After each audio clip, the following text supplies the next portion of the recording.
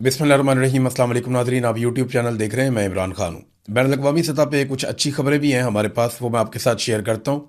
लेकिन सबसे पहले पाकिस्तान के अंदर की सूरत हाल। कल इमरान खान साहब की बहनों की मुलाकात का दिन था। अब तो कई महीने गुजर गए कि इमरान खान साहब की मुलाकात उनकी फैमिली से नहीं करवाई जा रही, और कम से कम कोशिश की जा रही है कि उन लोगों से तो बिल्कुल ना मिलवाया जाए जो लोग बाहर आकर सच बोल देते हैं, या जो लोग बाहर आकर बता देते हैं कि इमरान खान ने जेल के अंदर क्या कहा। देखिए, कई लोग ऐसा है कि सामने आकर नहीं बोल पाते, लेकिन वो कम से कम टेलीफोन करके मीडिया के लोगों को, इमरान खान की सोशल मीडिया को या उनकी फैमिली को वो हकायक उन्हें बता देते हैं। तो उन लोगों पर भी मुकम्मल तौर पे पाबंदी लगा दी गई है। बल्कि अब इमरान खान साहब की मुलाकातें होती ही नहीं है। इमरान खान की बहनें गई थी मुलाकात करने के लिए, एक मरतबा फिर उनकी मुलाकात इमरान खान साहब से नहीं करवाई गई। अब ये आसिम मुनीर साहब का फैसला है।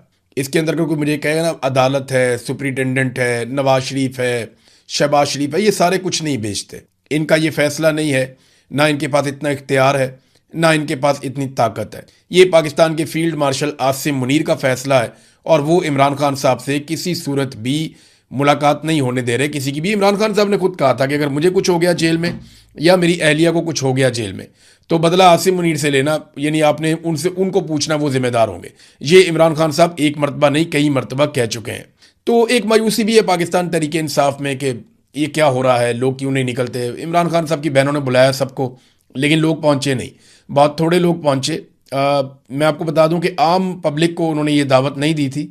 उन्होंने ये इमरान खान की पार्टी के अहदेदारों को और पार्लियामेंटेरियंस को दावत दी थी, जिनकी अक्सरियत वहाँ पे नहीं पहुंची, जिसकी वजह से कुछ मायूसी भी थी इमरान खान साहब की बहनों में। उन्होंने बल्कि वकला के मामले में काफ़ी सख्त रद्दमल दिया। उन्होंने कहा ये वकला और सारी जो बार एसोसिएशंस हैं, ये बैठ कर क्या कर रही हैं, ये सहूलतकारी कर रहे हैं। याद रखें, ये अवाम नहीं भूलेगी। जो जो इन चोरों का, इन गद्दारों का, इन जालिमों का साथ दे रहा है, अवाम उन्हें नहीं भूलेगी। और वो कहना बेचारी चाहती हैं बहुत कुछ इमरान खान की बहनें, लेकिन पॉलिटिकली आपको पता है कि उनके ऊपर एकदम इल्ज़ामात की बौछार हो जाती है, और वो नहीं चाहती कि इमरान खान साहब की पार्टी के अंदर मज़ीद डिवाइड पैदा हो, या पाकिस्तानी अवाम इमरान खान साहब की पार्टी के ऊपर ज़्यादा तनकीद करें। लेकिन हकीकत यही है कि पार्टी को जिस तरह खड़े होना चाहिए था, वो उस तरह खड़े नहीं हुए। और उसके पीछे एक रीज़न ये है कि पॉलिटिकल पार्टियों से लड़ने के लिए ट्रेंड होती हैं, कोई ट्रेंड फौज के साथ लड़ने के लिए उनकी तैयारी नहीं होती। तो यहाँ पे तो पाकिस्तान की मिलिट्री एस्टेब्लिशमेंट ने अपना सारा कुछ ही दाव पे लगा लिया। आज से पहले इतना खुलकर कभी पाकिस्तान की मिलिट्री एस्टेब्लिशमेंट अपनी बंदूक के साथ मैदान में नहीं आई, जितना खुलकर इस मरतबा वो मैदान में आए। हमने DGI-SPR को सुना, उन्होंने क्या कुछ नहीं कह दिया। इमरान खान को ज़हनी मरीज तक कह दिया, टोला कह दिया, इंतशारी कह दिया, पता नहीं क्या कुछ वो कहते रहे। लेकिन पब्लिक ने उनकी बात एक कान से सुनी और दूसरे कान से निकाल दी, बल्कि पब्लिक ने सुनी नहीं। आप सोशल मीडिया पे उठा के देखें ना, ISPR को जितना पहले सुना जाता था, अब अगर आप उनके व्यूज़ देखें तो ना होने के बराबर है उसके मुकाबले में जो पहले उनके व्यूज़ होते थे। ये लड़ाई जो है ना, ये इक़्तिदार की लड़ाई नहीं है, ये उसूल की लड़ाई होनी चाहिए। आज पाकिस्तान तरीके इंसाफ का मार खाने का टाइम है, तो उन्हें मार भी खानी चाहिए, और डट कर मार खानी चाहिए, इज्जत के साथ सर उठाकर मार खानी चाहिए। एक वक्त आएगा जब वो इस बात पे फख्र करेंगे कि उन्होंने मुकाबला किया था, और जो लोग आज मुकाबला नहीं करेंगे वो मायूस होंगे कि हमने उस वक्त मुकाबला क्यों नहीं किया था। थोड़ी सी हम अगर गिरफ्तारी कर लेते या थोड़ी सी मार खा लेते तो कोई फ़र्क तो नहीं पड़ना था, हमारा कद बड़ा हो जाता, हम भी इसमें हिस्सा डाल लेते। एक वक्त आएगा, मैं आपको आज बता रहा हूँ, ये वक्त आएगा, कई लोग झूठी कहानियां भी उस वक्त सुनाया करेंगे। मुराद सईद जो खुद बड़े मुश्किल हालात में गुजर रहे हैं, उन्होंने एक ट्वीट किया, और ये बड़ा तफसीली ट्वीट है, सारी कहानी आपको समझ आ जाएगी कि PTI एक्चुअली इमरान खान के साथ कर क्या रही है। उन्होंने कहा जी, कैद तन्हाई में डालने से पहले वकला, अरकान असम्बली और पार्टी क़यादत के लिए अहकामात थे, ये इमरान खान साहब की जानिब से, कि अदालतों के बाहर धरना दें जब तक इंसाफ नहीं मिलता। इन सब को झंझोड़ झंझोड़ कर याद करा चुका हूँ। वकला के नाम भी सख्त पैगाम था, और क्यों ना होता। पार्टी ओहदों से लेकर असम्बली टिकट और बार इलेक्शन तक इमरान खान के नाम पर लड़े जाते हैं, लेकिन खान साहब के अहकामात के बावजूद अदालत के बाहर मुस्तकिल बिमा अरकान असम्बली धरना नहीं दिया जा सकता। पहले बारिश थी, फिर रमज़ान आ गया, अब गर्मी आ गई है।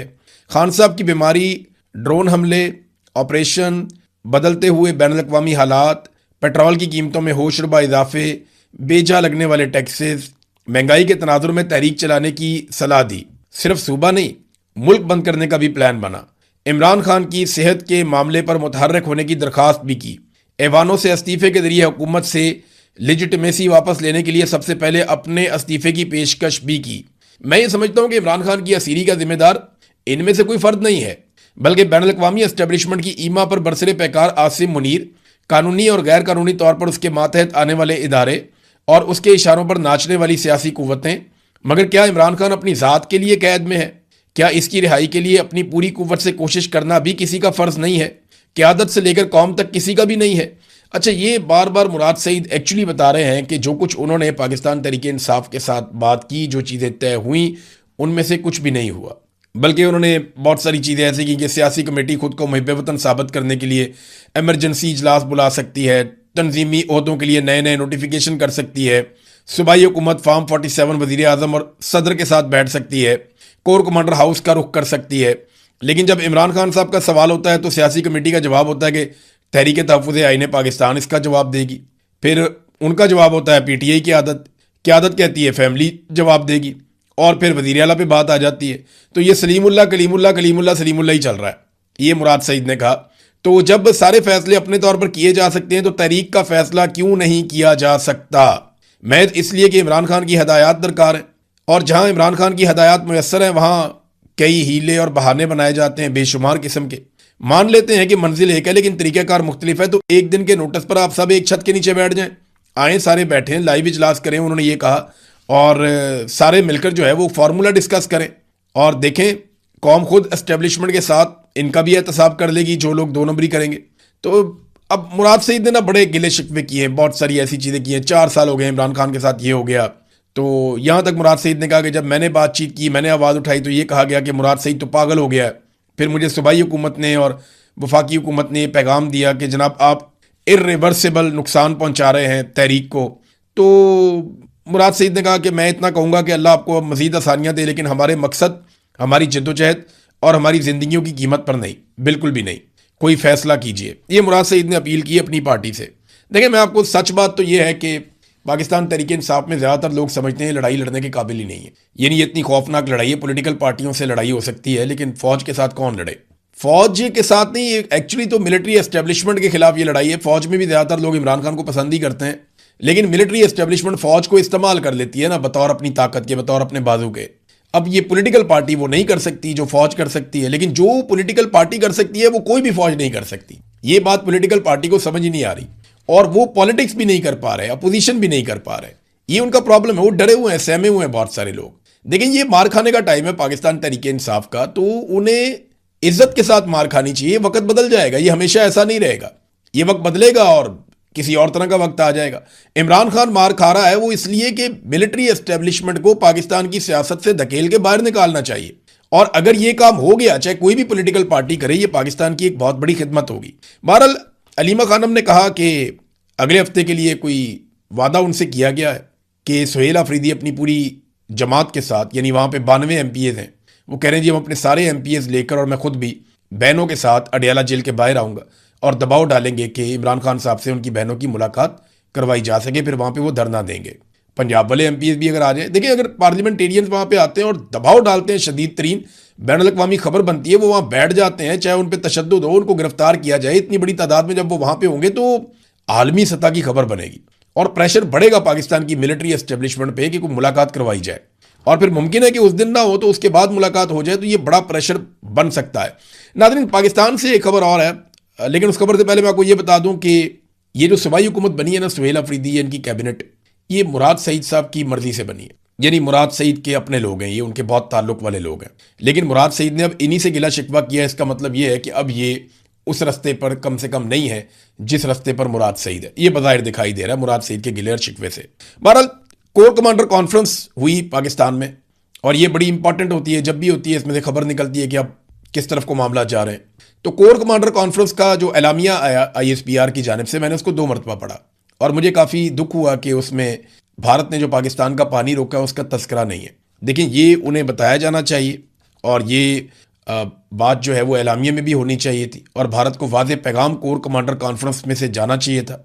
अक्सर पाकिस्तानियों को पैगाम दे दिया जाता है, अफगानियों को पैगाम दे दिया जाता है, भारतीयों को भी मार्का हक के बारे में पैगाम दिया गया, लेकिन जो बड़ा मसला है वो ये है कि भारत ने पाकिस्तान का पानी रोका हुआ अपने डैम भर रहा है, और ये पाकिस्तान के हिस्से का पानी है, ये भारत का नहीं है।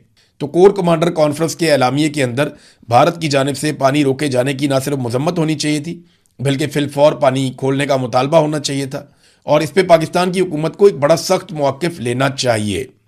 अब आ जाए नाज़रीन बैनुल अक़वामी खबरों की तरफ, तो वहाँ पे पहले तो अमेरिका ने किया था ऑपरेशन एपिक फ्यूरी। अब उसके बारे में वो नाकाम हो गया ऑपरेशन। कामयाब होता तो पूरी दुनिया मान लेती। अमेरिकन मीडिया खुद मानता है, अमेरिकन खुद मानते हैं कि एपिक फ्यूरी एक नाकामी है और ईरान को उसके अंदर कामयाबी मिली है। ईरान ने साबित किया है कि वो मजबूत मुल्क है और इतने आराम से उस पर कब्जा नहीं किया जा सकता। अमेरिका अपना कोई भी हदफ हासिल नहीं कर सका।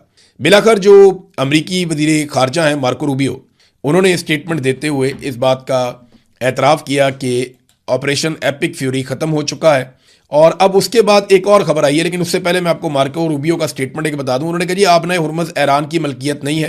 ईरान को इसे बंद करने, बहरी जहाज़ तबाह करने और बारूदी सुरंगें बिछाने का कोई हक हासिल नहीं है।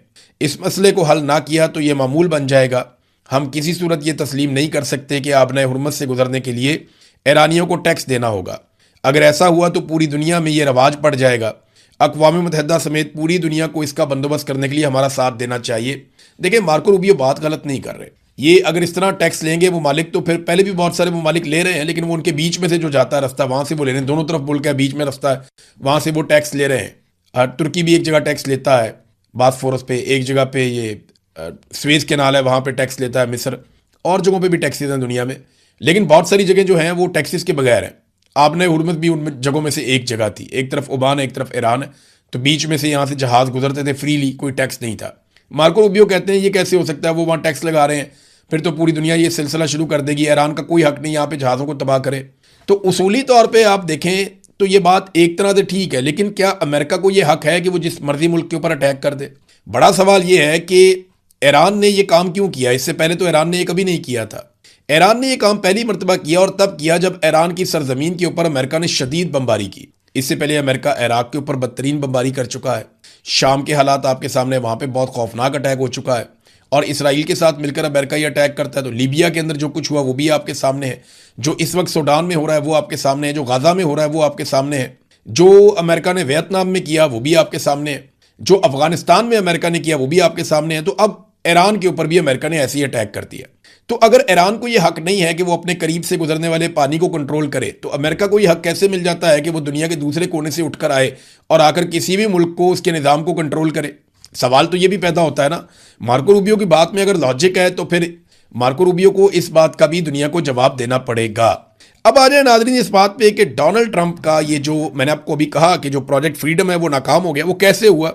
24 घंटे में डोनाल्ड ट्रंप को पता चल गया कि इससे वो अपने मकासद हासिल नहीं कर पाएंगे और ईरानी जो है उनमें अभी भी कैपेसिटी है, वो यहाँ से जहाज़ों को नहीं गुजरने देंगे। डोनाल्ड ट्रंप का अंदाज़ा ये था या उन्हें ये बताया गया था कि हम दुनिया भर के बहरी जहाज़ों को एक साथ कायल करेंगे और हम अमेरिकन उनके साथ जुड़ेंगे, अपने जंगी जहाज़ों को भी लेंगे, अपनी फौजी ताकत को भी आसमान में रखेंगे, हमारे बहुत सारे हेलीकॉप्टर्स और बहुत सारे जहाज़ हवा में मौजूद रहेंगे और बड़ी तेज़ी से हम मूव कराएंगे। सारी दुनिया जब हमारे साथ चलेगी तो ईरान के ऊपर प्रेशर आएगा और हम ये अनाउंस कर देंगे हमने आबनाए हुर्मुज़ को खोल दिया और ईरान दुनिया भर के बहरी जहाज़ों पे अटैक नहीं कर पाएगा। ये उनके दिमाग में था। लेकिन अमेरिका के ऊपर तजारती बहरी जहाज़ों के हमले ने एतबार ही नहीं किया। यानी अमेरिका अपनी क्रेडिबिलिटी खो चुका है और इस वक्त ईरान की ज़बान के ऊपर ज़्यादा एतबार करती है दुनिया, क्योंकि ईरान ने करके दिखाया।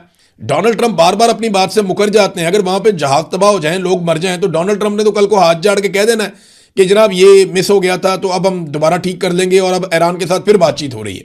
तो इनके जहाज कैसे वापस आएंगे या जिंदगियां कैसे वापस आएंगी? तो लोगों ने अमेरिका पे एतबार नहीं किया, ईरान की धमकी को उन्होंने सीरियस लिया। उन्होंने कहा नहीं, ये वाकई मारेगा।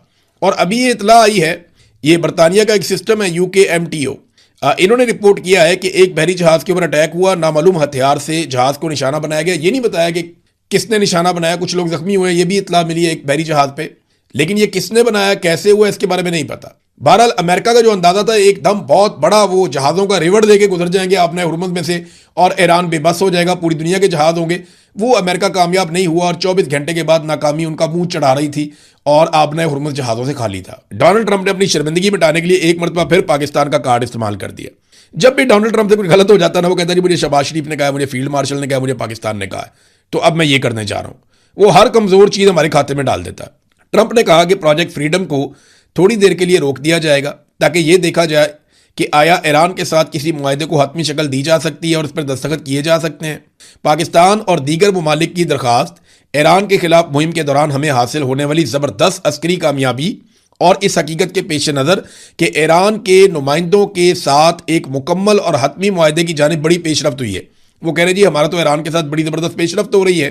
तो हमने बामी तौर पर इतफाक किया कि अगरचे नाकाबंदी नाफज रहेगी, जो पहले लगी हुई है नाकाबंदी, वो हम जारी रखेंगे, ताहम प्रोजेक्ट फ्रीडम ये 24 घंटे के अंदर अंदर डोनाल्ड ट्रंप ने कह दिया आपने हुर्मत से जहाज़ों की नकलो हरकत को मुख्तसर मुद्दत के लिए रोक दिया जाए ताकि यह देखा जा सके कि आया इस मुआहदे को हतमी शक्ल देकर दस्तखत किए जा सकते हैं या नहीं। ये ट्रंप ने कहा जनाब कि हम इस ऑपरेशन को भी रोक रहे हैं। पहले ऑपरेशन एपिक फ्यूरी नाकाम हो गया, खत्म हो गया, अब प्रोजेक्ट फ्रीडम जो है वो भी नाकाम हो गया और डोनाल्ड ट्रंप ने उसे खत्म कर दिया, उसका ऐलान कर दिया। दावा यह किया कि ईरान के साथ हमारे कोई मुज़ाकरात बड़े कामयाब हो गए। अब यहां पे आप ईरानी सदर का स्टेटमेंट सुने ताकि आपको आइडिया हो जाए कि क्या वाकई मुज़ाकरात कामयाब हो रहे हैं। तो ईरानी सदर डॉक्टर मसूद पशकियान ने कहा कि ईरान पर अमेरिका के मुतालबात नामुमकिन हैं।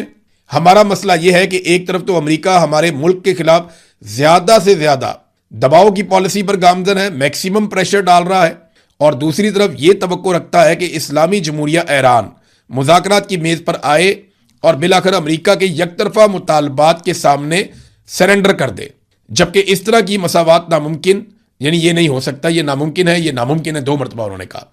एक तरफ ईरानी सदर कह रहे हैं कि अमेरिकन मुतालबात को तस्लीम करना नामुमकिन है, दूसरी तरफ डोनाल्ड ट्रंप अपनी खिफत ऐसा लगता है कि मिटा रहे हैं और वो ये कह रहे हैं कि जनाब पाकिस्तान के कहने पे क्योंकि बहुत बड़ी कामयाबी हो गई मुज़ाकरात में, लिहाजा हम प्रोजेक्ट फ्रीडम मनसूख कर रहे हैं या उसको रोक रहे हैं।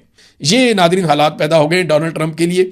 एक और नादरीन यहाँ पे खबर है, और वो खबर है जो ईरानी मीडिया है ना, जो सरकारी मीडिया है, उन्होंने डोनाल्ड ट्रंप के स्टेटमेंट के ऊपर एक रद्द अमल जारी किया है ईरान की जानिब से। उन्होंने कहा जी कि आबनाए हुर्मत से निमटने में अमेरिका की नाकामियों के बाद डोनाल्ड ट्रंप ने नाम नेहाद प्रोजेक्ट फ्रीडम को मुअत्तल करने का ऐलान कर दिया है, जिसे उन्होंने बज़ाहिर इसलिए शुरू किया था कि जहाज आबनाए हुर्मत से गुजर सकें।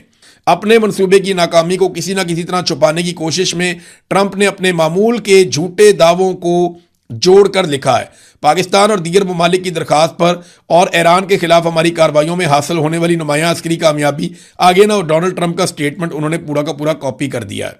तो वो ये कह रहे हैं कि डोनाल्ड ट्रंप ने झूठ बोला, ऐसा कुछ नहीं हुआ, कोई ऐसी डेवलपमेंट नहीं हुई जिसकी बुनियाद के ऊपर डोनाल्ड ट्रंप इतना बड़ा दावा कर सके।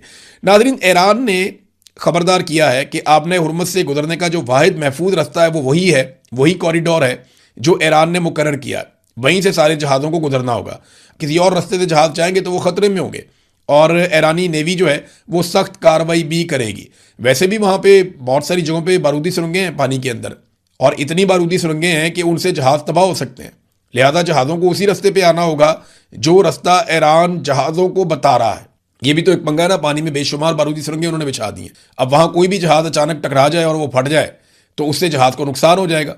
लिहाजा इससे बचने के लिए उसी कॉरिडोर में आना पड़ेगा जिसका ईरान को पता है, और वहाँ पे बिल्कुल महफूज है पानी का रास्ता और वहाँ कोई नुकसान भी नहीं हो सकता। लिहाजा ईरान ने ये एक स्टेटमेंट दिया है।